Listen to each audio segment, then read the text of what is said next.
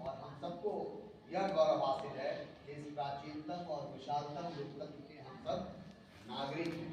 अभी आप सब ही नागरिक हैं, आप सबको जन्मजात नागरिकता मिली है। 18 वर्ष की आयु जब आप प्राप्त कर लेंगे तो आप सब नागरिक होने के साथ साथ इस देश के लोकतंत्र के मतदाता बनने के अधिकारी भी हो जाएंगे। इस देश में अगर समानता के अधिकार की बात करें तो नागरिकता का अधिकार आपके भीतर समानता पैदा करता है। यद्यपि आप सब छोटे हैं, आपके शिक्षकों के माध्यम से और जो 8 ऑनवर्ड्स के बच्चे हैं उनसे मेरा अनुरोध है कि तारीख नोट करना।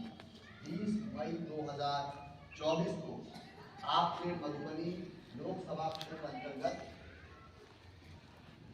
चुनाव होना है, जिसमें आप एक ऐसे शख्स का चुनाव कर सकते हैं जो देश की सबसे बड़ी संसद लोकसभा में आपके इलाके की समस्याओं की, आपके यहाँ सड़क नहीं है, आपके स्कूल के ठीक आगे कचरा जलाया जाता है, कचरा डंप किया जाता है, आपके यहाँ ट्रैफिक जाम होते हैं, ऐसे तमाम छोटे और बड़े राष्ट्रीय, अंतर्राष्ट्रीय और स्थानीय मुद्दों को देश के सबसे बड़े मुद्दों पर सबसे प्रभावशाली तरीके से जो व्यक्ति रख सकता है उस व्यक्ति का चुनाव है।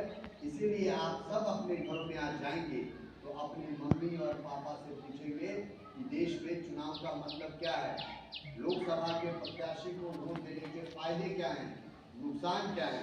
इन 2 प्रश्नों के बाद अगर उनके उत्तर आपको सकारात्मक प्राप्त होते हैं फिर आपसे पूछिएगा कि 20 मई को आपकी योजना क्या है।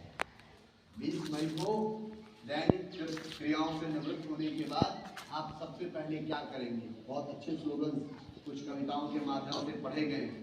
सबसे पहले मतदान फिर जलपान, यह बात आप सभी बच्चे अपने अपने अभिभावकों से अवश्य कहेंगे और आपके घर में जितने भी लोगों के पास 18 वर्ष की आयु है, मतदाता पहचान पत्र है, उन सब लोगों को कहिएगा कि गर्मी बहुत ज़्यादा है, इसलिए सुबह 7 बजे से शाम के 6 बजे तक मतदान होना है। उनको जो उपयुक्त समय लगे बेहतर यही होगा कि सुबह के समय में ही वो जाके मतदान दे दें। आप बच्चे धूप में बहुत देर से खड़े हैं, इसलिए मैं अपने वक्तव्य को बहुत लंबा नहीं खींचना चाहूँगा। हम लोग की शायद कोई रैली भी प्रस्तावित है, तो हम सब उस रैली में चलेंगे और उस रैली में एक उत्सव के तौर पे हम लोग भाग लेंगे, क्योंकि इस लोकतंत्र का सबसे बड़ा पर्व चुनाव है और उस चुनाव का सबसे महत्वपूर्ण कार्य मतदान करना है। तो सभी लोग हाथ उठा के बताइएगा। सब लोग अपने अपने घरों में मतदान के लिए अपने मम्मी पापा भैया दीदी से बोलेंगे। हाथ उठाइए, कितने लोग बोलेंगे? सारे लोग बोलेंगे। बहुत अच्छा, हाथ नीचे कर लीजिए। मुझे अच्छा लगा है, आज विषय कुछ और है, इसलिए मैं विषयों पे बात नहीं करूँगा। एक बार पुनः गांधी मैडम को इस विद्यालय प्रांगण में मुझे आमंत्रित करने के लिए बहुत धन्यवाद और यहाँ उपस्थित तमाम शिक्षकों को बहुत सारी शुभकामनाएं। आपके सामने देश की भविष्य है, देश का तकदीर है, अब आपके हाथों में है, आप इसे किस रूप में गढ़ते हैं।